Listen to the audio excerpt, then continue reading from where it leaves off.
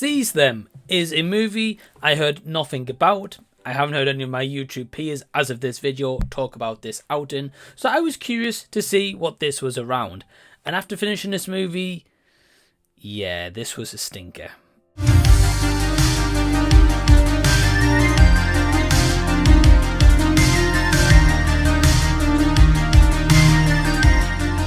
Hi everyone, welcome to the channel, or welcome back if you are returning once again. Really appreciate it. My name is Mike, and today we're here to talk about Seize Them, which is directed by Curtis Vowell. Now, I've never seen any of his previous work, and I knew that this starred Aimee Wood and Nick Frost. That's kind of all I knew from the brief poster that I saw. Basically, it's focused on Queen Dargan, who is played by Aimee Wood, and she gets dethroned by Humble Joan, who's played by Nicola Coughlan, and basically Queen Dargan now becomes a fugitive in her own land. So this is, when I looked on IMDb, meant to be a comedy adventure movie, and I did not like this one. I really didn't. I tried to get on board with it. I tried to give it a chance. As the movie was progressing, it's only about an hour and a half run time, so about 90 minutes. It's pretty, not exactly long of a movie, but there's just not much to like here. So the unfortunate thing is, there is good cinematography. The actors are doing performances where they're trying to fit this character in this hokey premise, and there is good practical effects used throughout. Now, I do think that this movie will find an audience. I do believe there is a target audience where maybe people who love this specific humour will really have a blast with Seize Them.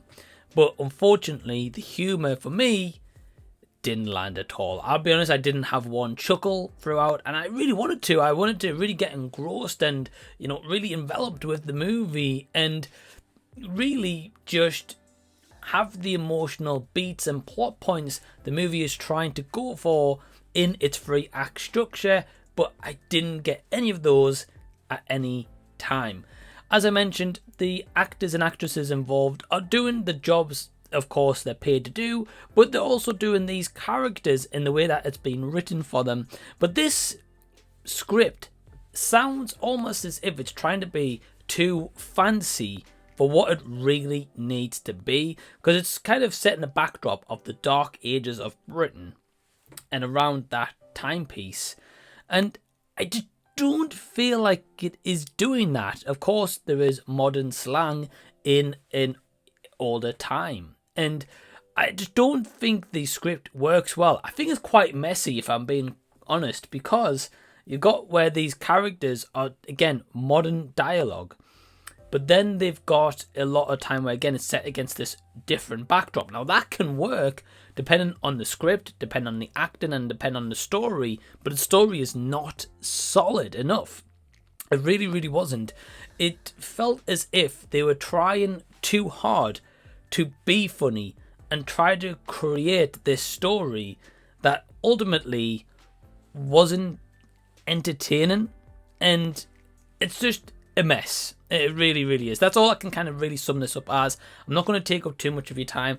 I was not a fan of this one, despite liking the cinematography, the practical effects, and the actors doing the best and the characters what they're given.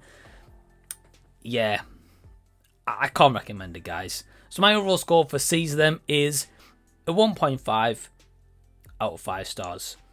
Have you seen this one?